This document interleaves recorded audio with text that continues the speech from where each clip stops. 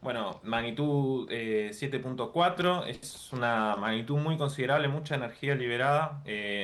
Para que la gente entienda más o menos, es el número que se le asocia a la magnitud, su número que buscamos de alguna forma cuantificar la energía que se libera en un terremoto usando un número fácil de entender, ¿sí? Ujú. Obviamente que va hasta el más alto registrado, que es 9.5, puede seguir subiendo y puede ser mayor a 10, pero eso ya es algo casi imposible de que pase, y pueden haber terremotos más chicos. Y el número ese se le asigna de acuerdo a la energía. Y la energía liberada es mucha para este terremoto, para cuantificar un poco comparado con algo conocido, para que se den una idea, la bomba nuclear de Hiroshima se equipara, es equivalente a un terremoto de magnitud 6.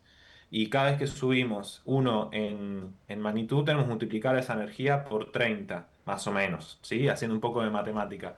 Entonces, casi que más de 30 veces la bomba de Hiroshima, la energía liberada. Y esta energía liberada afecta un territorio determinado, circunscripto a una geografía o a un kilometraje, o es extenso hasta lugares insospechados.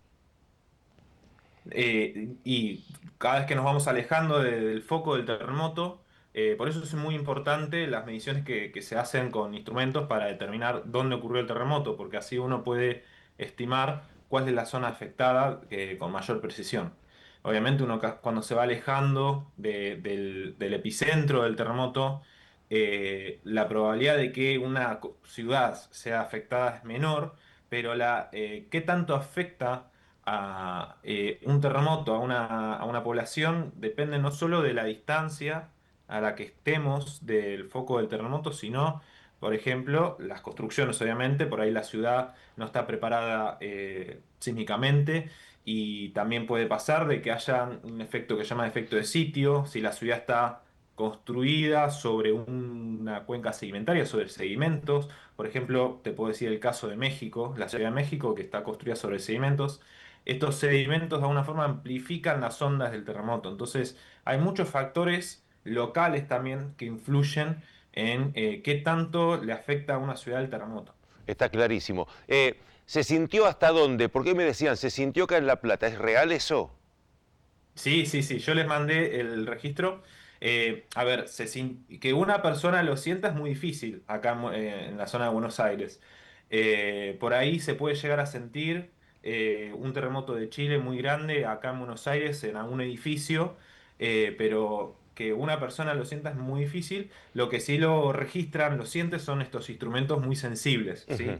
El Observatorio de La Plata tenemos un sismógrafo que básicamente es un instrumento que detecta estos movimientos y los registra y nos da esa imagen que es un sismograma, básicamente. Ajá. Es cómo vibró, pero es algo imperceptible para el humano.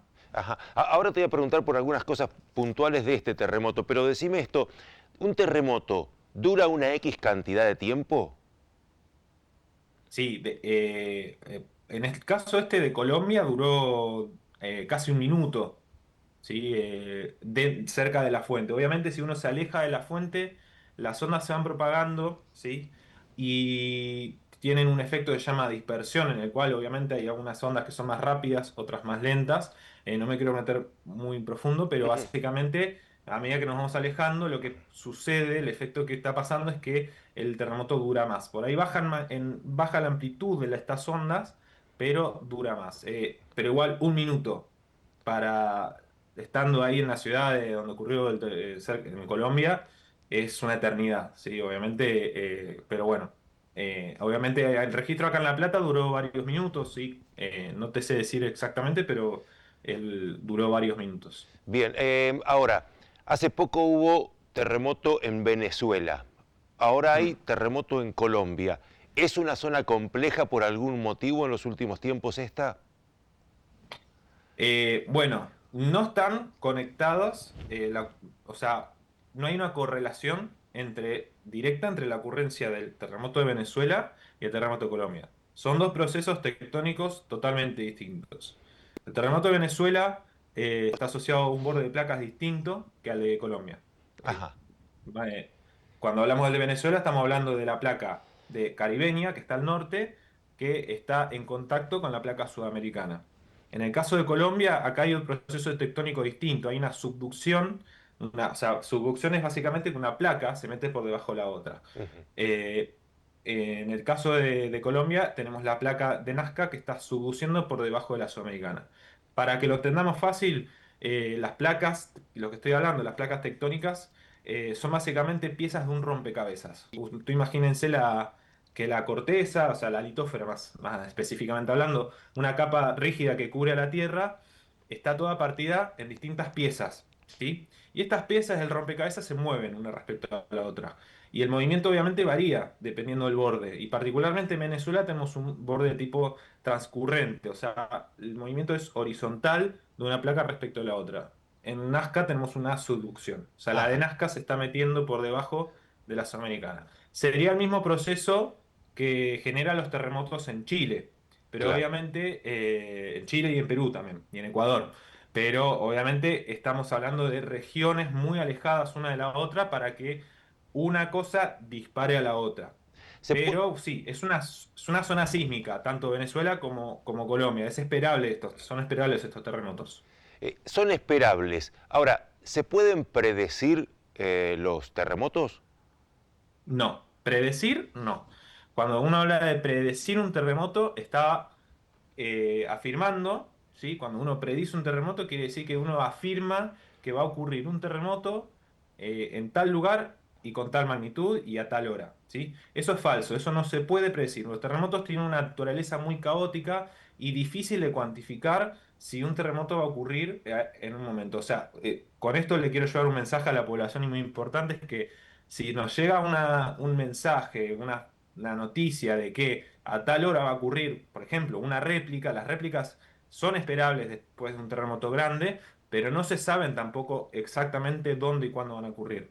Entonces, por eso no hay que creerle a ese tipo de noticias. Ujú. Uno, obviamente, genera cierto tipo de pronóstico, ¿sí? En sismología trabajamos igual que en meteorología. Si uno ve el pronóstico del tiempo, el meteorólogo que le está dando el pronóstico del tiempo no le dice mañana a las 4 de la tarde va a llover. Mañana a la tarde hay una cierta probabilidad de lluvia, Claro, específicamente hablando. claro. Entonces, en sismología decimos lo mismo.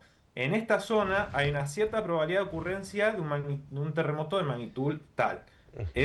Obviamente en cada país tiene su mapa de riesgo, su mapa perdón, específicamente hablando, mapa de peligrosidad. O sea, en cada zona del país se le asigna un color, obviamente de más rojo, más probabilidad de ocurrencia, una zona mucho más activa y de a verde, por ejemplo, ¿no? Ujú. Obviamente Colombia era esperable un terremoto de este tipo, así mismo en Venezuela.